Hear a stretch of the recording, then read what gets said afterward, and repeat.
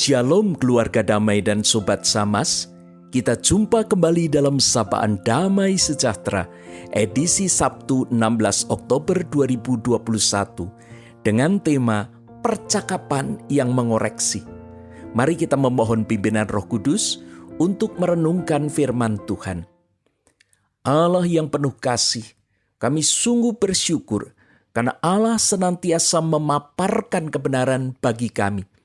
Begitu juga dengan Kristus yang memberi konfirmasi serta teladan penerapannya, dan Roh Kudus yang memperjumpakan kami dengan semua ini, agar kami dikoreksi dan diubahkan. Maka dengan penuh sukacita kami membuka diri terhadap firman Allah hari ini. Dalam Kristus Sang Firman sejati, kami berdoa. Amin. Keluarga damai dan sobat Samas, mari kita bersama merenungkan firman Tuhan dari Injil Tuhan Yesus Kristus menurut Lukas pasal 22 ayat 24 hingga 30. Saya akan membacakan ayat 24 sampai 26, kemudian Bapak Ibu Saudara-saudara dapat membaca ayat selanjutnya. Terjadilah juga pertengkaran di antara murid-murid Yesus. Siapakah yang dapat dianggap terbesar di antara mereka?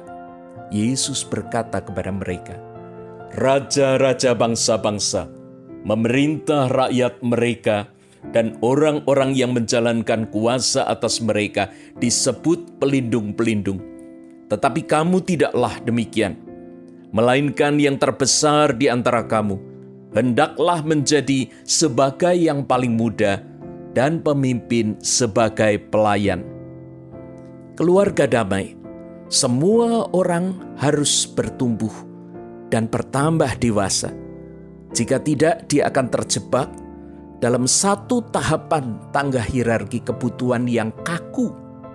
Obsesi pemenuhan tahap tertentu akan memerangkap seseorang hingga sulit untuk mendaki tahap berikutnya.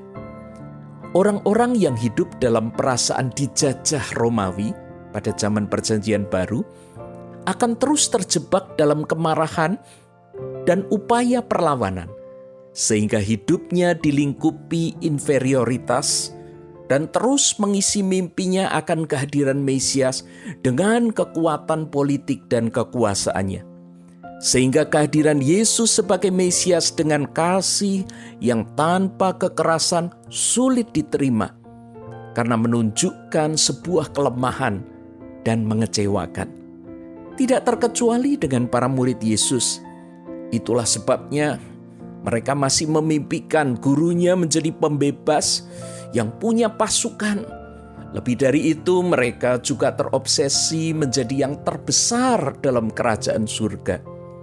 Lukas adalah satu-satunya penulis Injil yang menempatkan pertengkaran ini dalam narasi perjamuan malam. Suasana yang seharusnya sejuk dan menguatkan Yesus menjelang saat diserahkan. Namun pertengkaran beraroma ambisi ini mengotori suasana perjamuan malam itu. Menyikapi kesalahpahaman ini dengan sabar namun tegas, Tuhan Yesus berusaha mengoreksi para muridnya. Jika kita membaca ayat 25 dalam terjemahan bahasa Indonesia sehari-hari, di sana dikatakan, raja-raja bangsa yang tidak mengenal Allah menindas rakyatnya, dan penguasa-penguasanya disebut pelindung rakyat.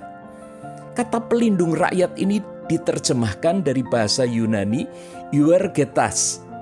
Dan euergetas itu menunjuk kepada raja pada zaman dinasti Ptolemy, yaitu zaman Mesir kuno. Orang-orang yang menjadi raja, yang menjadi penguasa itu seharusnya bisa menjadi pelindung. Namun kenyataannya, raja-raja bangsa yang tidak mengenal Allah ini justru menindas rakyatnya. Bapak, Ibu, dan Saudara yang dikasihi Tuhan, dari sini kita belajar bahwa Tuhan Yesus sedang menunjukkan kepada murid-muridnya, tidak seharusnya mereka mengejar posisi itu. Mereka justru harusnya melayani. Mereka menjadi yang muda, yang terlebih dahulu melakukan pelayanan itu dengan kerendahan hati. Dari sini kita bisa belajar bahwa perlu pemahaman yang utuh dalam membingkai sebuah peristiwa. Dalam hal ini adalah ketika mereka memahami posisi Yesus menjadi Mesias. Maka ketika mereka mau menjadi pengikut Yesus, mereka bukan bermimpi untuk menjadi penguasa. Bahkan orang-orang yang nantinya bisa menekan orang-orang yang ada di bawahnya. Yesus mengoreksi para muridnya agar dapat memahami dengan benar. Kesalahan ingin menjadi yang terbesar ini bukan sekedar pada ambisi pribadi untuk mengejar kedudukan, tetapi pada pemahaman tentang kemesiasan Yesus. Karena hal ini akan berbahaya kalau nanti mereka salah mengajar kepada para pengikut Yesus lainnya. Itulah sebabnya Yesus pernah melarang para murid untuk memberitahukan, maksudnya adalah menjelaskan tentang kemesiasannya. Dengan para pengikut mendengar langsung dari Yesus, maka kesalahpahaman ini akan dikurangi. Tetapi jika para murid itu memiliki persepsi yang salah, lalu mereka mengajarkannya, maka mereka juga akan menuntun orang-orang kepada pemahaman yang salah. Renungan hari ini mengingatkan kita untuk terus membuka diri agar Roh Kudus menolong kita memahami ajaran Tuhan Yesus dengan benar. Kesiapan untuk dikoreksi menolong kita meninggalkan konsep yang salah, yang mungkin selama ini memenuhi pikiran dan sikap kita. Jangan sampai kita mengisi hidup ini dengan fanatisme buta yang menyesatkan dan sama sekali bertentangan dengan ajaran Kristus. Sikap ini akan membuat kita memiliki banyak musuh serta sikap paranoid yang sebenarnya disebabkan karena kesalahan persepsi kita. Bayangkan jika kita menyerahkan hidup kita pada ketakutan. Ketakutannya adalah ketakutan yang tak perlu. Musuhnya adalah musuh yang sebenarnya tidak pernah ada. Bahkan hidup kita bisa menjadi kacau karena kita menjadi korban provokasi tentang pemahaman yang salah tadi.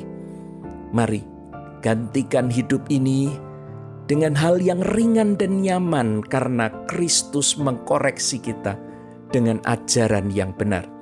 Waktu hidup kita tidak panjang, karena itu gunakan secara efektif dan produktif agar memuliakan nama Allah. Bukalah hati agar Roh Kudus dapat senantiasa mengoreksi diri kita dan menanamkan ajaran yang benar. Mari kita berdoa. Allah sumber hikmat, bersihkanlah hati dan pikiran kami dari cara pandang yang salah. Koreksilah seluruh pemahaman kami. Jadikan kami pembawa damai, penabur kasih dan pemberita Injil yang menyaksikan karya penyelamatan Kristus. Amin. Tuhan memberkati kita sekalian.